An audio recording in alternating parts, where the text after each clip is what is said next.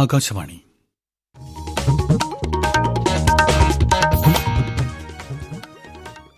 നമസ്കാരം. പ്രാദേശിക വാർത്തകൾ വായിക്കുന്നത് വിജേഷ്.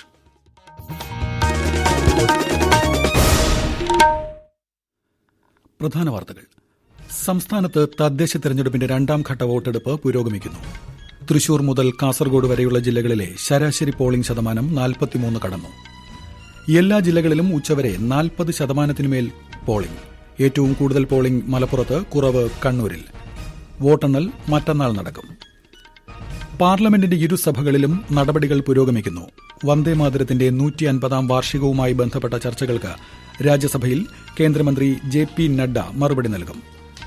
സംസ്ഥാനത്ത് ദേശീയപാത തകർന്ന സംഭവത്തിൽ കർശന നടപടിയുമായി national highway authority of India. വിവിധ റീച്ചുകളിൽ സുരക്ഷാ ഓഡിറ്റിനും 378 സ്ഥലങ്ങളിൽ മണ്ണ് പരിശോധനയ്ക്കും തീരുമാനം. ഡിജിറ്റൽ സാങ്കേതിക സർവകലാശാലകളിലെ VC നിയമനത്തിൽ സുപ്രധാന നീക്കവുമായി സുപ്രീംകോടതി. നിയമനത്തിനുള്ള പേരുകൾ മുദ്രവച്ച കവറിൽ ബുധനാഴ്ചയ്ക്ക് മുമ്പ് നൽകാൻ ജസ്റ്റിസ് ദൂലിയ കമ്മിറ്റിക്ക് നിർദ്ദേശം. ഇന്ത്യ ദക്ഷിണാഫ്രിക്ക T20 ക്രിക്കറ്റ് പരമ്പരയിലെ രണ്ടാം മത്സരം ഇന്ന് ന്യൂ ചണ്ഡീഗഡിൽ. വാർത്തകൾ വിശദമായി. കേരളത്തിൽ തദ്ദേശ തെരഞ്ഞെടുപ്പിന്റെ രണ്ടാംഘട്ട വോട്ടെടുപ്പ് പുരോഗമിക്കുന്നു. വടക്കൻ കേരളത്തിൽ രാവിലെ തന്നെ ബൂത്തുകളിൽ വോട്ടർമാരുടെ നീണ്ട നിര ദൃശ്യമായിരുന്നു.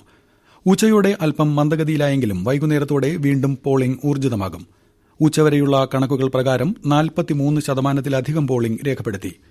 തൃശൂർ 42.19, പാലക്കാട് 43.74, മലപ്പുറം 45, കോഴിക്കോട് 43.07, വയനാട് 42.32, കണ്ണൂർ 41.43, കാസർഗോഡ് 41.75 എന്നിങ്ങനെയാണ് ഇതുവരെയുള്ള പോളിംഗ് ശതമാനം.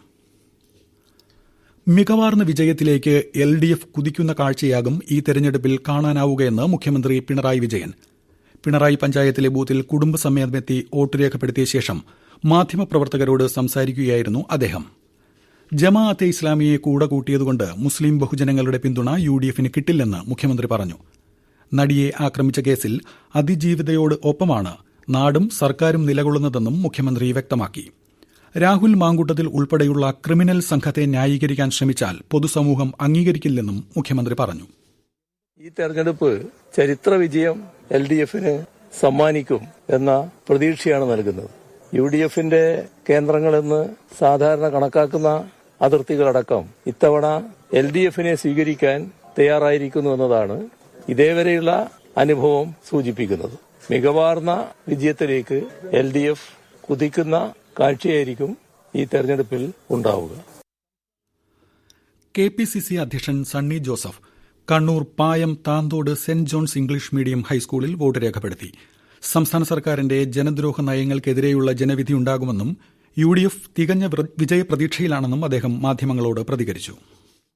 നല്ല മുന്നൊരുക്കത്തിൽ UDF തുടങ്ങി നല്ല നിലയിൽ തന്നെ പ്രചരണം അവസാനിപ്പിക്കാൻ സാധിച്ചു. തികഞ്ഞ വിജയപ്രതീക്ഷയിലാണ്. സർക്കാരിന്റെ ജനദ്രോഹ നയങ്ങൾക്കെതിരെയുള്ള വലിയൊരു ജനവിധി ഉണ്ടാകും. ഏറ്റവും പ്രധാനപ്പെട്ട വിഷയമായിട്ട് വന്നത് ശബരിമലയിലെ കൊള്ളയിൽ പ്രതികളാക്കപ്പെട്ടവർക്ക് ഭരണകക്ഷി നൽകുന്ന സംരക്ഷണമാണ് ഏറ്റവും പ്രധാനപ്പെട്ട വിഷയം. തെരഞ്ഞെടുപ്പിനിടയിൽ അന്വേഷണം ആരോപിച്ചിരിക്കുകയാണ്.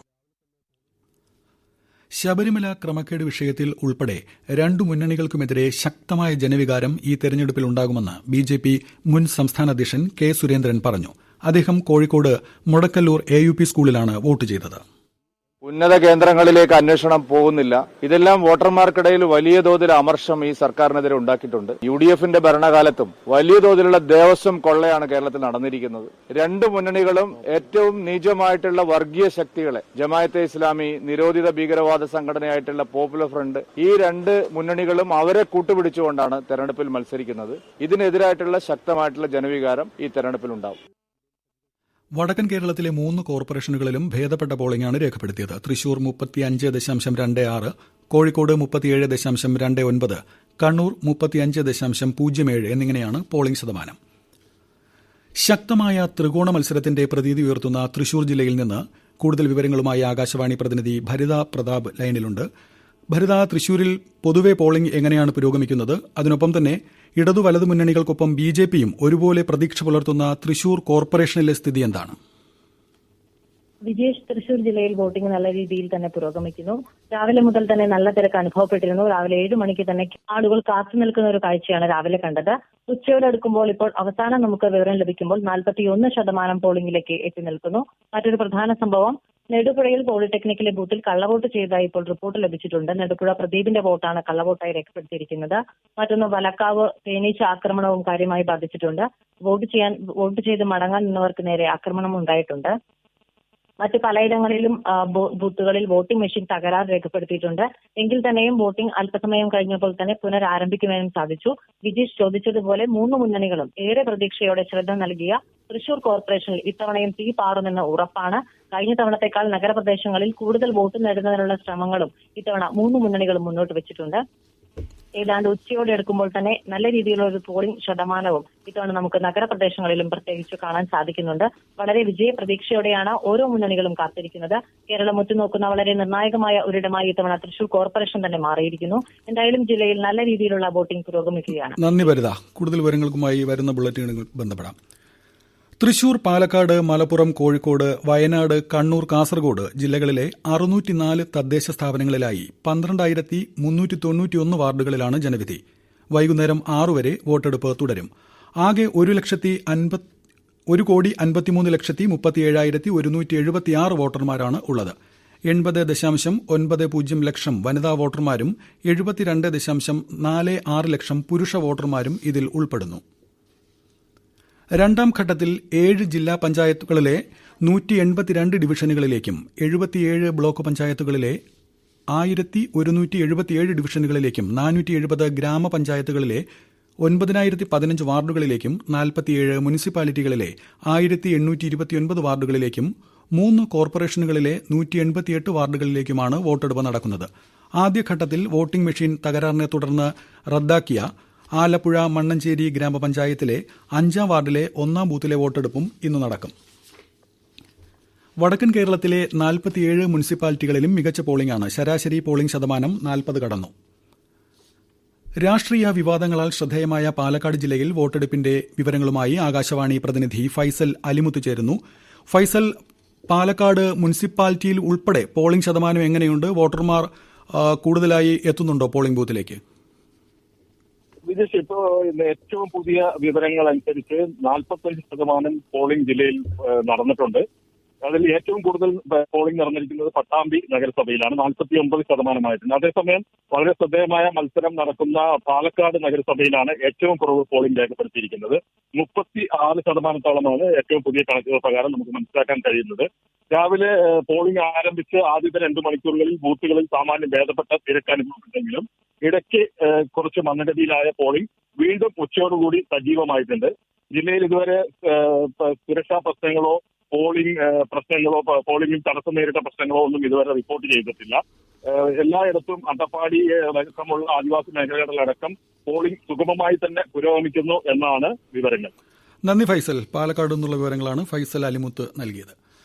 തദ്ദേശ തെരഞ്ഞെടുപ്പിന്റെ പൂർണ്ണഫലം മറ്റന്നാൾ ഉച്ചയോടെ ലഭ്യമാക്കാൻ ക്രമീകരണങ്ങൾ ഒരുക്കി സംസ്ഥാന തെരഞ്ഞെടുപ്പ് കമ്മീഷൻ. ഗ്രാമ, ബ്ലോക്ക്, ജില്ലാ പഞ്ചായത്തുകളിൽ ഒരേ സമയം സമാന്തരമായി വോട്ടെണ്ണുന്നതിനാണ് ക്രമീകരണം ഏർപ്പെടുത്തിയത്. സംസ്ഥാനത്താകെ 244 വോട്ടെണ്ണൽ കേന്ദ്രങ്ങൾ സജ്ജമാക്കിയിട്ടുണ്ട്.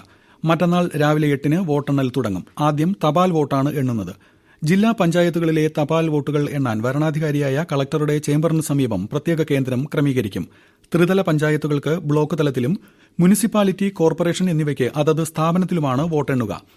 കേന്ദ്രങ്ങളിൽ അടിസ്ഥാന സൌകര്യങ്ങൾ ഏർപ്പെടുത്തേണ്ട ചുമതല അതാത് ബ്ലോക്ക് പഞ്ചായത്ത് സെക്രട്ടറിക്കും മുനിസിപ്പൽ സെക്രട്ടറിക്കുമാണ്. ഇതിനുള്ള വിശദമായ മാർഗ്ഗരേഖ നൽകിയിട്ടുണ്ട്. ഹരിതചട്ടം കർശനമായി പാലിക്കണമെന്നും കമ്മീഷൻ നിർദ്ദേശം നൽകി. ഈ വാർത്തകൾ ആകാശവാണിയിൽ നിന്ന്. ആകാശവാണി വാർത്തകളും വാർത്താ അധിഷ്ഠിത പരിപാടികളും all India radio news Thiruvananthapuram YouTube ചാനലിലും @all India radio news Thiruvananthapuram Facebook പേജിലും AIR ന്യൂസ് _ ഇൻസ്റ്റഗ്രാം അക്കൌണ്ടിലും @AIR ന്യൂസ് _ X ഹാൻഡിലും ലഭ്യമാണ്. ശീതകാല സമ്മേളനം നടക്കുന്ന പാർലമെന്റിന്റെ ഇരുസഭകളിലും നടപടികൾ പുരോഗമിക്കുന്നു. ദേശീയഗീതമായ വന്ദേമാതരത്തിന്റെ 150ാം വാർഷികവുമായി ബന്ധപ്പെട്ട ചർച്ചകൾ രാജ്യസഭയിൽ ഇന്നും തുടരും. കേന്ദ്രമന്ത്രി JP നഡ്ഡ ചർച്ചയ്ക്ക് മറുപടി നൽകും. വന്ദേമാതരം സംബന്ധിച്ച ചർച്ചകൾക്ക് ശേഷം രാജ്യസഭയിൽ തെരഞ്ഞെടുപ്പ് പരിഷ്കാരങ്ങളെക്കുറിച്ചുള്ള ചർച്ച ആരംഭിക്കും. രാഷ്ട്രപതി ദ്രൌപദി മുർമു ഇന്ന് 2 ദിവസത്തെ സന്ദർശനത്തിനായി മണിപ്പൂരിലെത്തും. ഇംഫാലിലെത്തുന്ന രാഷ്ട്രപതിയെ ഗാർഡ് ഓഫ് ഓണർ നൽകി സ്വീകരിക്കും. മണിപ്പൂർ സർക്കാർ സംഘടിപ്പിക്കുന്ന പൌരസ്വീകരണത്തിൽ ശ്രീമതി മുർമു പങ്കെടുക്കും. വിവിധ വികസന പദ്ധതികൾക്കും സന്ദർശനത്തിനിടെ രാഷ്ട്രപതി തുടക്കം കുറിക്കും. രാജ്യത്ത് തീവ്ര വോട്ടർ പട്ടിക പരിഷ്കരണത്തിന്റെ 2ാം ഘട്ടത്തിൽ ഇതുവരെ 50 കോടിയിലധികം ഫോമുകൾ ഡിജിറ്റൈസ് ചെയ്തതായി കേന്ദ്ര തെരഞ്ഞെടുപ്പ് കമ്മീഷൻ. കേരളത്തിൽ പൂരിപ്പിച്ച ഫോമുകൾ ഈ മാസം 18 വരെ സമർപ്പിക്കാം. ഫോമുകൾ എത്രയും വേഗം BLOമാർക്ക് തിരികെ നൽകണമെന്ന് മുഖ്യ തെരഞ്ഞെടുപ്പ് ഓഫീസർ രത്തൻ യു കേൽക്കർ അഭ്യർത്ഥിച്ചു. വിശദാംശങ്ങളുമായി ആകാശവാണി ലേഖകൻ സ്മൃതി M പള്ളുരുത്തി. ബൂത്ത് ലെവൽ ഓഫീസർമാർ 3 അതിലധികമോ തവണ സന്ദർശനം നടത്തിയിട്ടും ബന്ധപ്പെടാൻ സാധിക്കാത്തതും സ്ഥലത്തില്ല, സ്ഥലം മാറിപ്പോയി, മരണമടഞ്ഞു, ഡ്യൂപ്ലിക്കേറ്റ് എന്നിങ്ങനെയെല്ലാം മാർക്ക് ചെയ്തിട്ടുള്ളതുമായുള്ള വ്യക്തികളുടെ ബൂത്ത് തല പട്ടിക കരട് വോട്ടർ പട്ടിക പ്രസിദ്ധീകരിക്കും മുമ്പ് ബൂത്ത് തല ഏജന്റുമാർക്ക് കൈമാറും. ഇതിനായി ബൂത്ത് ലെവൽ ഓഫീസർമാർ ബൂത്ത് തല ഏജന്റുമാരുടെ യോഗങ്ങൾ നടത്തും. അതിനിടെ കേരളത്തിൽ ബുധനാഴ്ച വൈകിട്ട് വരെ ഡിജിറ്റലൈസ് ചെയ്ത എന്യൂമറേഷൻ ഫോമുകളുടെ എണ്ണം 2,74,70,936 ആയിട്ടുണ്ട്. ഇത് ആകെ വിതരണം ചെയ്ത ഫോമുകളുടെ 98.64% വരും. കേരളത്തിൽ ദേശീയപാതാ പ്രവൃത്തികൾക്കിടെ സുരക്ഷാ മതിലും റോഡും തകർന്ന സംഭവത്തിൽ കർശന നടപടിയുമായി national highway authority of India. നിർമ്മാണത്തിൽ പ്രധാന പങ്കുവഹിച്ച 2 സ്ഥാപനങ്ങളെ സസ്പെൻഡ് ചെയ്തു. 2 സ്ഥാപനങ്ങൾക്കും കാരണം കാണിക്കൽ നോട്ടീസ് നൽകുകയും പിഴ ചുമത്തുകയും ചെയ്തിട്ടുണ്ട്. സുരക്ഷയിലും നിർമ്മാണത്തിലും ഉന്നത നിലവാരം കാത്തുസൂക്ഷിക്കുമെന്ന് NHAI അറിയിച്ചു. നിർമ്മാണത്തിലിരിക്കുന്ന ദേശീയപാത 66ന്റെ വിവിധ റീച്ചുകളിൽ സുരക്ഷാ ഓഡിറ്റ് നടത്താൻ ദേശീയപാത അതോറിറ്റി തീരുമാനിച്ചു. 378 സ്ഥലങ്ങളിൽ മണ്ണ് പരിശോധന നടത്തും. കേരളത്തിൽ ഡിജിറ്റൽ സാങ്കേതിക സർവകലാശാലകളിലെ VC നിയമനത്തിൽ സുപ്രധാന നീക്കവുമായി സുപ്രീംകോടതി.